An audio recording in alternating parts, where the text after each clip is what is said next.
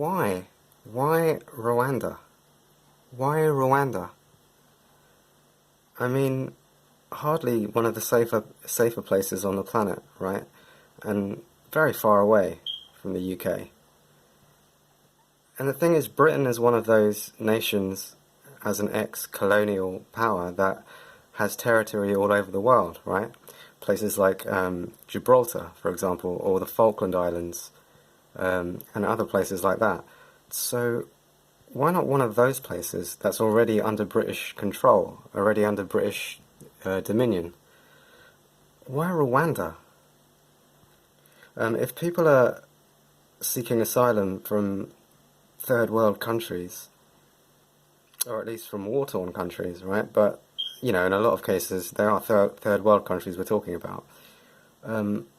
Why would we send them to another third world country? Does that make sense? Does Rwanda really have the infrastructure? Does it have the right kind of human rights record and that kind of stuff? And I mean, a lot of the migrants in question, especially the ones coming via Libya, are from Africa in the first place. They're from African countries, you know, sub-Saharan African countries in the first place. That's what they're trying to escape from. So to be sending them to an African country, you know, a third world country, I mean, the other thing to bear in mind is that this is Israel's system, essentially, that we're emulating, or that we're talking about emulating. Diverting migrants to Rwanda specifically is what Israel does.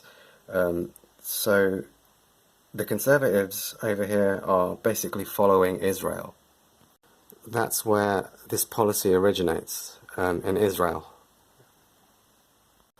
And we also know that Pritti Patel, who has been in Rwanda in the last couple of days, seeing to all of this, or making the arrangements, she has a particularly special relationship with Israel, which is something that has come up before, right?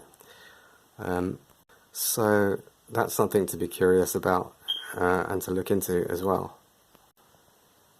And I have a niggling feeling about this Rwanda business that makes me uncomfortable. And I kind of feel uncomfortable even voicing it, but I mean, let's just say that I'm wondering if there's something actually sinister going on here, as opposed to just, you know, bad policy or incompetence, right?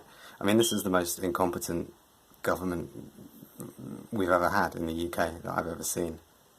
You know, very few people would deny that, but I haven't necessarily seen this government as being sinister until relatively recently.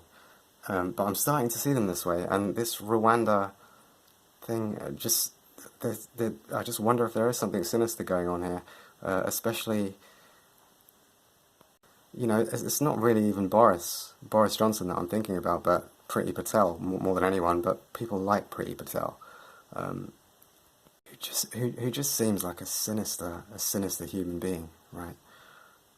I mean, okay, we're always kind of up to no good anyway, and the British, the UK at the moment is the country most involved in the situation in Ukraine, right, and in the proxy conflict against Russia. So we've always got our finger in whatever's going on. But there's just, yeah, when it comes to this government and this Rwanda thing now especially is making me wonder if there's something sinister going on beneath the surface of it, and whether at the heart of this government is genuinely something sinister, and, you know, not just incompetent but sinister. You know, this is something I'll kind of look into more, and I'll write some content on it on the website soon. But for now, I just wanted to share those thoughts, and that's it. That's all. So, thanks, guys.